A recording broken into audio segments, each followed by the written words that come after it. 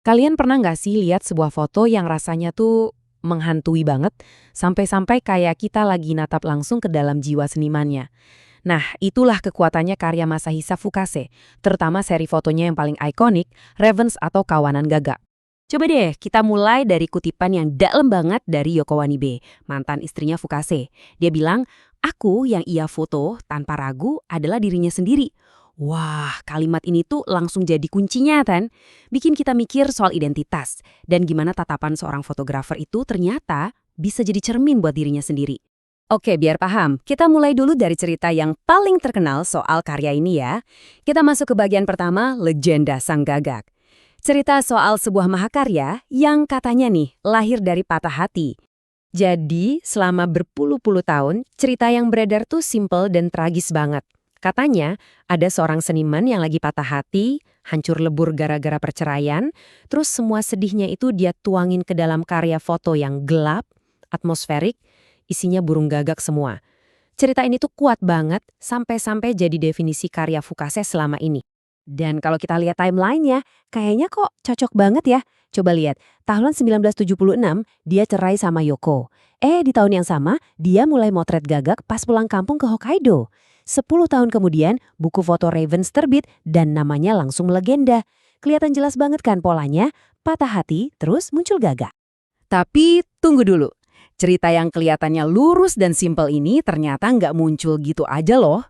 Nah, disinilah kita masuk ke bagian kedua, narasi kuat seorang editor. Ada arsitek di balik legenda ini ternyata. Jadi arsitek di balik cerita ini adalah seorang editor, namanya Shoji Yamagishi. Kunci buat ngerti perannya ada di konsep yang dia populerkan, namanya novel aku fotografi atau dalam bahasa Jepang, Shashin no Shishosetsu. Idenya tuh gini, fotografi tuh bisa jadi kayak novel yang ditulis dari sudut pandang orang pertama.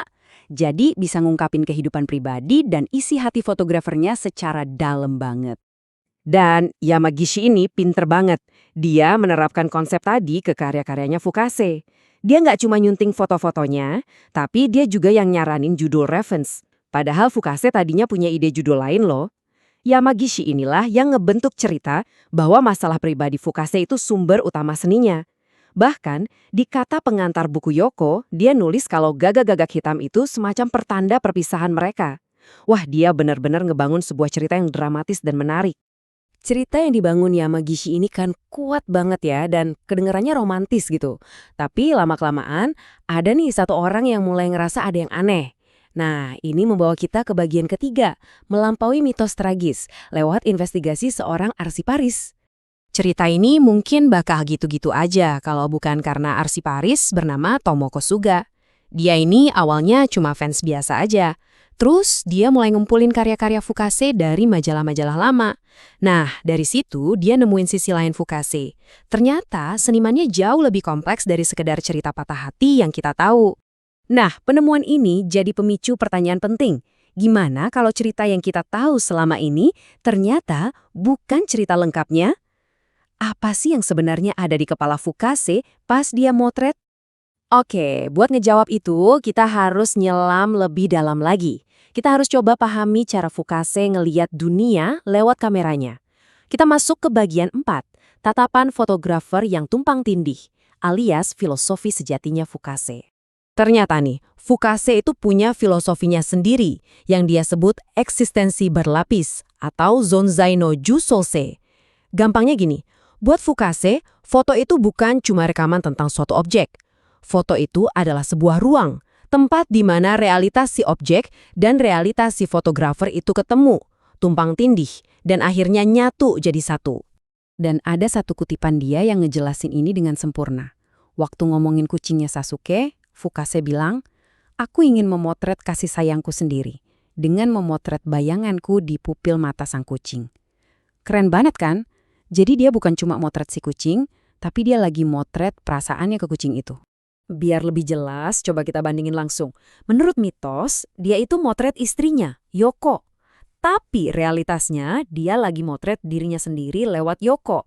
Mitosnya lagi, dia motret kucingnya, Sasuke. Kenyataannya, dia motret rasa sayangnya dia ke Sasuke. Dan yang paling penting, mitosnya bilang dia motret gagak sebagai simbol kehilangan. Padahal realitasnya dia itu lagi motret dirinya sendiri sebagai Gaga. Dan ide ini tuh bukan hal baru yang muncul gara-gara perceraiannya loh. Coba kita mundur jauh ke belakang, ke karya debutnya di tahun 1961. Di situ, dia ngeksplorasi tragedi anak pertamanya yang lahir meninggal dengan cara nyatuin tragedi itu sama gambar-gambar dari rumah jagal. Jadi, filosofi penyatuan ini udah ada dari awal banget karirnya. Nah, pertanyaannya jadi, kalau filosofi ini udah ada dari dulu, asalnya dari mana dong? Jawabannya, ini bakal bawa kita ke pemahaman baru tentang fotografi sebagai dialog tanpa kata. Sebuah warisan yang kayaknya perlu kita lihat lagi dari sudut pandang yang beda. Semuanya itu berakar dari masa kecilnya. Jadi, pertama, Fukase tuh lahir di keluarga yang punya studio foto.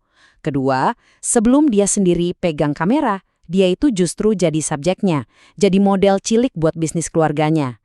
Nah, yang ketiga, pengalaman ini ngebentuk hubungan cinta-benci yang dalam banget sama kamera seumur hidupnya. Dia bahkan sampai bilang gini, dendamku terhadap fotografi mungkin tumbuh sekitar waktu ini. Coba bayangin deh, seorang fotografer legendaris tapi punya dendam sama mediumnya sendiri. Ini nunjukin kalau hubungannya sama kamera itu rumit banget. Pengalamannya jadi objek foto itu ngajarin dia sesuatu yang paling dasar. Fotografi itu bukan jalan satu arah. Fotografi itu adalah sebuah pertemuan, sebuah dialog, tapi tanpa kata-kata. Nah, dengan pemahaman baru ini, yuk kita balik lagi lihat mahakaryanya. Ravens itu ternyata bukan sekedar curhatan orang patah hati. Ini adalah puncak dari aksi penyatuan Fukase. Dia jadi satu sama subjeknya buat ngeeksplorasi keberadaan dirinya sendiri. Pada akhirnya, pemahaman ini ngubah segalanya kan? Intinya gini, karya Fukase itu bukan soal cerita, tapi soal gimana dia pakai kamera buat ngajuin sebuah pertanyaan yang sangat mendasar. Dan pertanyaan itu sebenarnya juga buat kita semua. Waktu kita motret sesuatu, kita ini sebenarnya lagi nangkep dunia di luar sana, atau jangan-jangan kita cuma nangkep bayangan dari diri kita sendiri.